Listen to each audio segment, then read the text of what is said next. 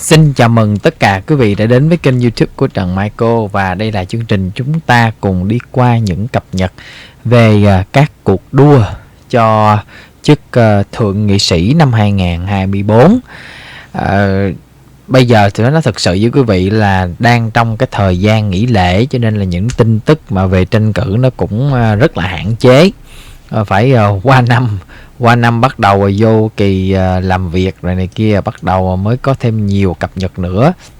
Bây giờ có được bao nhiêu thì Đặng Michael xin được gửi tới cho quý vị bấy nhiêu thôi. Và bây giờ chúng ta sẽ đi qua các cái tiểu bang có cái thay đổi gì hay không. Dạ đương nhiên là không. Tại vì cũng trong cái thời này mà bây giờ người ta cũng lo chơi lễ này kia, nên có cái thông báo gì cũng bị loãng hết đó quý vị. Tao không có quan tâm nhiều đâu. Dạ rồi, bây giờ không có thay đổi ở các tiểu bang ha, không có thay đổi gì hết. Bây giờ chúng ta có một số những cái cập nhật thôi, cập nhật thì đúng hơn. Ví dụ như là ở tiểu bang Wisconsin và cái tiểu bang Montana.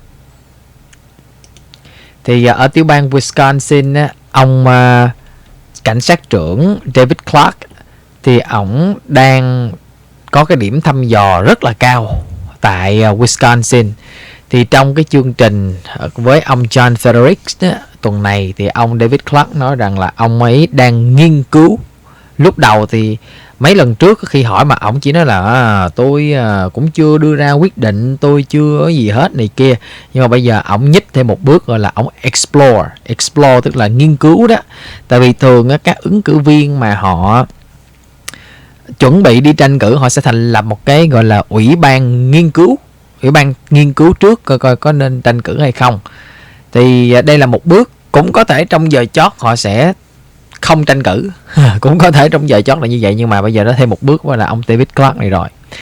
Rồi ở tiểu bang Montana thì ông dân biểu Matt Rosendale cũng có một cái cập nhật là ông đang nhích một bước nữa. Ông đang nhích một bước nữa tới cái việc là chính thức tranh cử chức thượng nghị sĩ. Thì cái này ông cũng bóng gió lâu rồi, nhưng mà chúng ta sẽ coi nó chừng nào thì ông mới chính thức tuyên bố.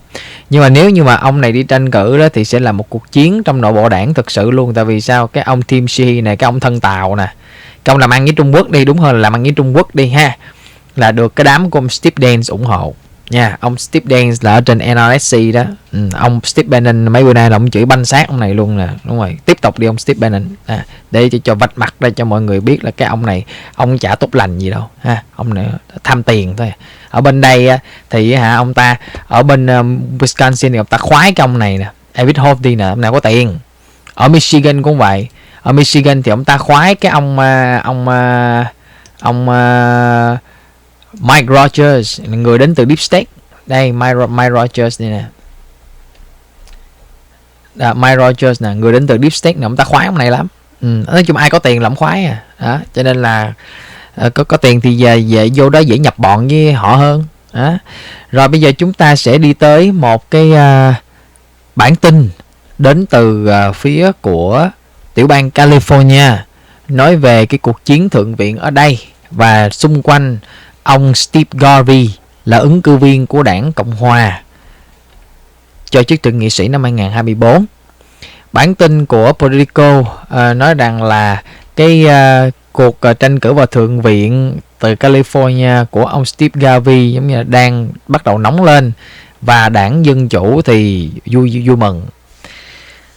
Huyền thoại bóng chày Steve Garvey đang tranh cử Thượng viện Hoa Kỳ đang gia tăng các điểm trong cuộc thăm dò, mang lại cho đảng Cộng Hòa vốn bị gạt ra bên lề ở một tiểu bang xanh hy vọng mới về việc có một ứng cử viên trên lá phiếu vào tháng 11. Nó cũng mang lại cho một cuộc cạnh tranh của một đảng Dân Chủ, một nền tảng chính trị được hoan nghênh nhiều. Ông Garvey sẽ xuất hiện trên chương trình News Nation của Chris Cuomo. Sự xuất hiện vào thời điểm xuất hiện có một cái cuộc thăm dò mới của Politico kết hợp với lại Morning Consult đưa ông vào một cái vị trí là vị trí thứ nhì, cùng với hai thành viên nổi bật khác của đảng Dân Chủ trong cuộc đua vào thượng viện. Kể từ khi phát động cuộc tranh cử của mình vào tháng 10, ông Garvey đã giữ vị trí tương đối thấp so với các đối thủ đảng Dân Chủ, cụ thể là dân biểu Adam Schiff, Katie Porter và Barbara Lee. Những người đều đang cạnh tranh cho hai vị trí đứng đầu trong cuộc bầu cử sơ bộ ở California. Nhưng sự nhảy vọt của ông trong các cuộc thăm dò cùng với lịch trình xuất hiện trước công chúng ngày càng nhiều đã cho thấy ông là một ứng cử viên nặng ký. Ông Garvey đã nói trong cuộc phỏng vấn rằng mọi người đang rất là bị áp lực và họ đang muốn tìm kiếm một tiếng nói. Và tôi nghĩ đó là một trong những lý do khiến mọi thứ trở nên tốt đẹp và chúng tôi đang tạo ra được cái đà. Sự thăng tiến của ông Garvey đặc biệt là một lợi ích cho ông Adam Schiff. Thì ở đây họ có cái điểm thăm dò đây thưa quý vị. Thì điểm thăm dò này cho thấy là gì? Ông Adam Schiff là được 28%. Ông Steve Garvey đứng thứ nhì 19%, bà Katie Porter 17% và bà Barbara Lee là 14%. Hai ông Eric Early và James Bradley của đảng Cộng Hòa thì mỗi người 7% và bà ký giả Christina Pascucci thì được 4%. Ở dưới là một người nói tên là Dennis Gary Pando thì được 1%. Thì điều này là cho thấy ông Steve Garvey đứng ở thứ nhì ha, nhưng mà cái người lợi thế nhất ở đây là ông Adam Schiff. Ông Adam Schiff tỏ ra háo hức muốn biến cuộc thi này thành một cuộc đua giữa một dân chủ và một cộng hòa, vì ông ta sẽ có lợi thế rõ rệt trong tháng 11. Chiến dịch tranh cử của ông Adam Schiff đã viết trong một email gây quỹ rằng có khả năng thực sự là Steve Garvey của đảng Cộng Hòa sẽ về đích ở vị trí thứ hai và tiến tới cuộc chơi tháng 11. Nếu điều đó xảy ra thì Adam Schiff chính là ứng cử viên tốt nhất để đánh bại ông ta. Mặc dù ông Schiff đã có nguồn tài chính lớn nhất trong số các ứng cử viên, phần lớn nhờ vào danh tiếng toàn quốc đối với đảng Dân Chủ vì là một người chống Trump, nhưng việc gây quỹ từ những người như là bà Porter hay là bà Barbara Lee không có hiệu quả bằng. Bây giờ ông ấy có một cái sự đối lập chính trị, một loại ứng cử viên nổi tiếng khác. Bà Porter cũng lưu ý tới cái điểm thăm dò của ông Garvey. Bà viết trong một email gây quỹ rằng sự thăng tiến của ông ấy có nguy cơ khiến bà Katie không thể tiến tới cuộc tổng tuyển cử. Bà Barbara Lee đi theo một con đường khác. Đó là bà viết cho những người ủng hộ rằng bây giờ không phải là lúc để chúng ta ngừng tăng tốc. Sự nổi tiếng của ông Garvey, đặc biệt là với những người hâm mộ bóng chày trong năm 70 và 80, đi kèm với cái tên tuổi được biết mạnh mẽ. Điều đó đã giúp cho chiến dịch của ông ấy tập trung vào việc thu hút các nhà tài trợ và xuất hiện trên các chương trình truyền hình và các đài phát thanh. Ông dự kiến sẽ công bố số liệu gây quỹ vào tháng Giêng sau thời hạn báo cáo hàng tam cá nguyệt. Ông Steve Garvey cũng đã xây lên chương trình của Chris Cuomo cùng với chuyến thăm tới biên giới với dân biểu đảng Cộng Hòa Darrell Issa, cho thấy ông đang đi theo một con đường ôn hòa. Quan điểm đó được xem xét kỹ lưỡng khi ông cố gắng củng cố sự ủng hộ của đảng Cộng Hòa, đồng thời có sự gọi là kết nối rộng rãi hơn với các cử tri ở California. Chiến dịch của ông Garvey cho biết ông sẽ xuất hiện nhiều hơn bắt đầu từ năm tới để chia sẻ tầm nhìn của mình về các vấn đề như chất lượng cuộc sống, an toàn công cộng và tình trạng vô gia cư. Ông đang nhắm đến việc đánh vào sự thất vọng của các cử tri và đổ lỗi cho đảng Dân Chủ đang thống trị tiểu bang màu xanh này. Ông Garvey đã chia sẻ với Fox Business rằng Cali là nhịp tim của nước Mỹ.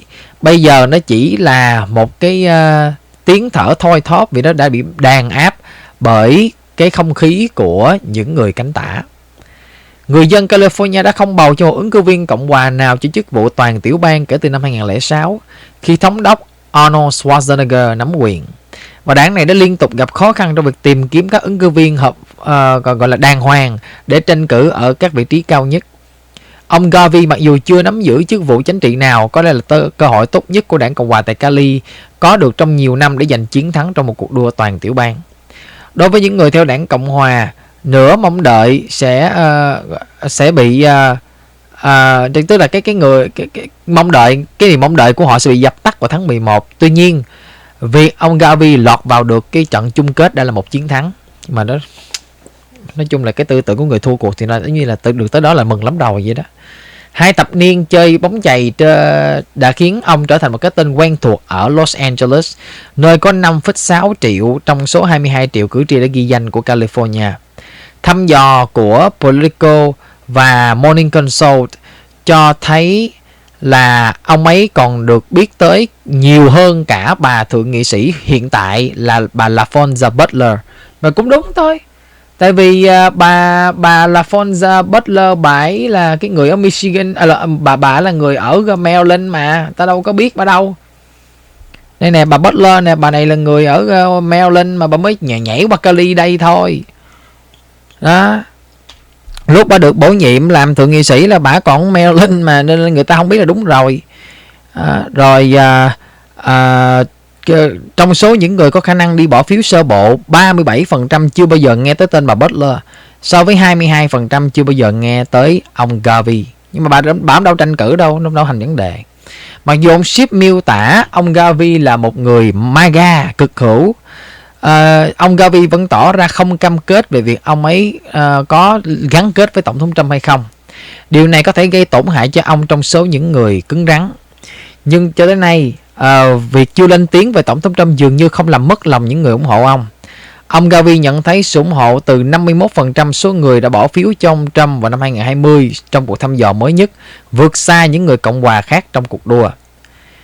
Lanhee Chen, quý vị còn nhớ anh này ha, cố vấn chính trị của đảng Cộng hòa và cựu ứng cử viên cho chức kiểm soát viên của California, nói rằng: nhìn xem, tôi nghĩ mọi người muốn giành chiến thắng, cho dù bạn có phải là ủng hộ ông Trump hay không, thì chiến thắng là điều quan trọng đối với những người Cộng hòa đã lâu rồi không giành chiến thắng. Nhưng mà bây giờ cái vấn đề ở đây làm sao mà thắng được? Vấn đề ở đây điểm thăm dò này, nếu mà cái điểm thăm dò này nó đúng đi, trong cái cuộc bầu cử sơ bộ thì ông Schiff với lại ông Garvey sẽ bước vào cuộc đua chung kết tháng 11 và ông Schiff ông thắng chắc. Không có cửa cho ông Garvey thắng. Vấn đề ở đây đảng Cộng hòa nếu mà muốn thắng ở Cali là phải có một người nữa cũng như ông Steve Garvey cạnh tranh để chia phiếu ra đều hai người bằng nhau. Và cũng như là phải làm sao đó cho đảng Dân Chủ họ đánh nhau to lên. Bây giờ họ biết cái chiêu này, họ né cái chiêu này bằng cách là cái bà đương nhiệm, bà LaFonza Butler, bà ấy không có tuyên bố tranh cử. Nếu bà tuyên bố tranh cử thì số phiếu của Adam Schiff, số điểm thăm dò của Adam Schiff sẽ rớt xuống nữa, tại vì bị chia nhau ra. Đó, như cái bài toán như trong Michael nói, ví dụ như có 4 người mà Cali là 60% là đảng Dân Chủ, thì họ sẽ chia ra làm coi như mỗi người 15%. Còn ông Steve Garvey mà được 19%, bây giờ không cần 19 đâu, cần 17% tôi cũng được nữa. Rồi sau đó những người này là cộng lại với nhau, là Eric Early với James Bradley cộng nhau mỗi người 7% là 14%. Rồi thêm cái người nào nữa ở dưới đó, Pando gì đó 1% nữa là thành là 15-16% rồi. Đó, mà không có cái người nào đi ra làm cái chuyện đó. Anh Lanhee Chen anh không chịu làm, Larry Elder cũng không chịu làm, tại vì giờ tới ngày 5 tháng 3 là ngày bầu cử sơ bộ rồi, đâu có kịp nữa đâu. Đó, cho nên là ông Steve Garvey ông không thể nào mà ông thắng được ông Adam Schiff nếu mà đấu trực tiếp hết trơn. Tại sao? Ví dụ như những người họ bỏ phiếu cho bà Katie Porter hay là bà Barbara Lee, sau kỳ bầu cử sơ bộ xong tới kỳ bầu cử chung kết họ vẫn phải bỏ phiếu cho ông Adam Schiff thôi, chứ đâu phải bỏ phiếu cho người khác được. Mà ba người này cũng đâu quánh nhau gì nhiều đâu, chỉ có chọt qua chọt lại thôi, chứ đâu có còn đánh nhau tóe lửa đâu. Cho nên là đảng Cộng hòa bảo rằng là mọi người muốn thắng mấy người không giúp gì, chứ không có làm một cái chương trình cụ thể gì giành chiến thắng, sao thắng nổi. Uổng cho cái ông Garvey này thôi. Cái khổ ở tiểu bang đảng Dân Chủ thì nó là vậy. Biết nắm cái luật chơi ở Cali, luật chơi Cali đã khác người ta rồi. Nó cũng mở ra cái cơ hội mình thắng được bầu cử sơ bộ rồi mình thắng hết. Đó là một cái lợi thế đó mà không chịu chơi gì hết. Đảng Cộng hòa Cali xin lỗi quý vị luôn, bại liệt, chả làm được gì. Bởi vì Rhino nắm quyền lâu quá mà. Và đó chính là những gì mà Trần Michael được gửi tới cho quý vị trong bản tin này. Xin cảm ơn quý vị đã dành thời giờ lắng nghe và xin gặp lại quý vị trong các chương trình tiếp theo. Xin kính chào tạm biệt.